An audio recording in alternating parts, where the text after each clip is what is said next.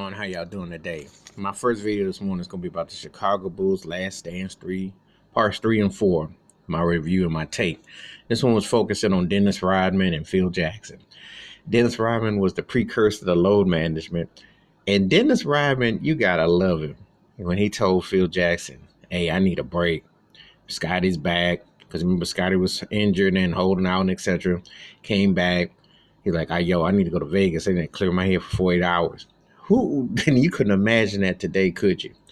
But Dennis Rodman also was the kind of hired hand. He knew how to do his job. And if anybody could get away, that's why you don't treat everybody the same and everything is different. Everybody is not treated the same. Rodman came in, did his job, and served his purpose, and he went on. Now, the Detroit Pistons, and they play a big feature and role on this, and I've said this before. What got the Bulls to the Bulls was not only having to beat them and going through them, however, they emulated the Isaiah Dumars component and then manipulating forwards. Laimbeer was an outside shooting center, so they played traditional, but if you notice how Detroit used their bigs, they manipulated everything behind what Isaiah Thomas, Joe Dumars did. And if you go back in the early 80s, when Isaiah Thomas and Kelly Tripucka played together, remember they had the highest scoring game ever in league history against the Nuggets back in '84.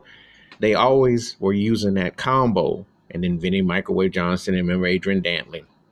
I said the Pistons style had an impact. I know the Tex Winners triangle with the Bulls, but the styling of using your guards to rotate the way they played and then kind of decoring, because John Sally, Rick Mahorn, James Buda Edwards, Bill Laimbeer, they were like a precursor to the loaded headman horseman mentality that Phil Jackson would later employ against a Shaquille O'Neal, against Alonzo Mourning, against Patrick Ewing.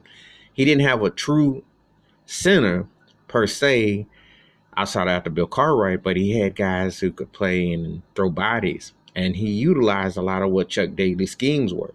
I think that's another reason why the Pistons are so underrated and underappreciated for what they did. And then Isaiah Thomas knew that Michael Jordan was going to be anointed. They had won. They went to 3 straight finals, 4 straight Eastern Conference finals, but they weren't loved. They weren't marketable. They weren't sellable. And I always tell some of my friends, people I say this, I said, if you can't sell jerseys, a lot of these leagues ain't got nothing to do with you. I don't care how many rings you win.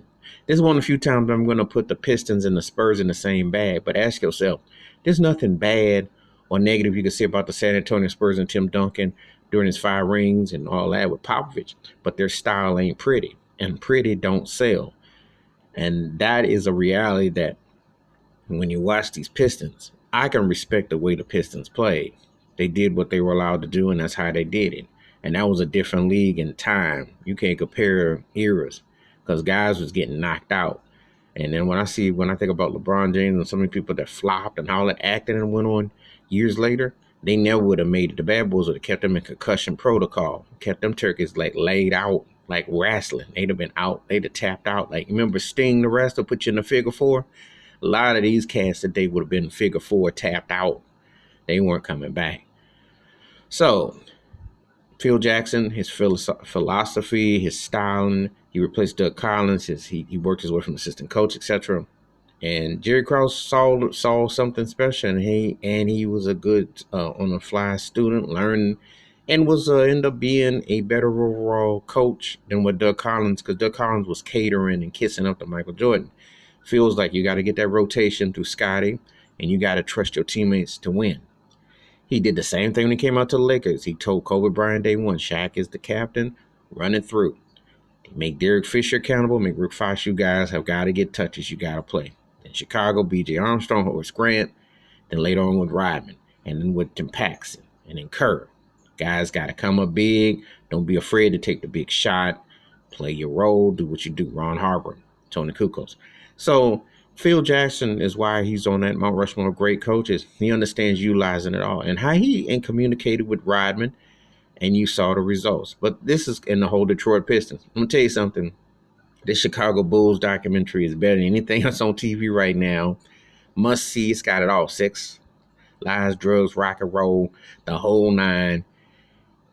And even though that wasn't my favorite era of basketball when the Bulls were dominant, you can appreciate that era because it still had that attitude, which is so lacking today. It's so lacking today. Today it's all soft and cuddly and puddly and wuddly. But when you saw what transferred from the 80s to the mid 90s, before before the TV money kicked in and all the other things, you saw how guys was going at it, and you saw the no love loss. That's missing. The real competition, the real attitude, the real we're gonna take this. That's what's missing. So, it's compelling TV. It's compelling TV. You know, I have respect for the Pistons. I ain't had no problem with them not shaking the hands of the Bulls in the game. The Celtics did it to them too. I think the Pistons have been underappreciated. I think that's one of the things that you take away from this whole thing. And there was marketing for Michael Jordan. Oscar Robinson pointed it out. They won. He was a great player, but they took the marketing and made him a mythical creature of epic proportions that you can't even touch. That's what they've done. Anyway, that's my thoughts and takes about Chicago Bulls Last Dance, episode 3+4. Give me your thoughts and takes. Hit the like, subscribe, and the bell rings in the video. Wash your hands, keep your mind clear, watch out for one another, and go back in time and try to understand some things because it's some compelling things that come out when you research them out.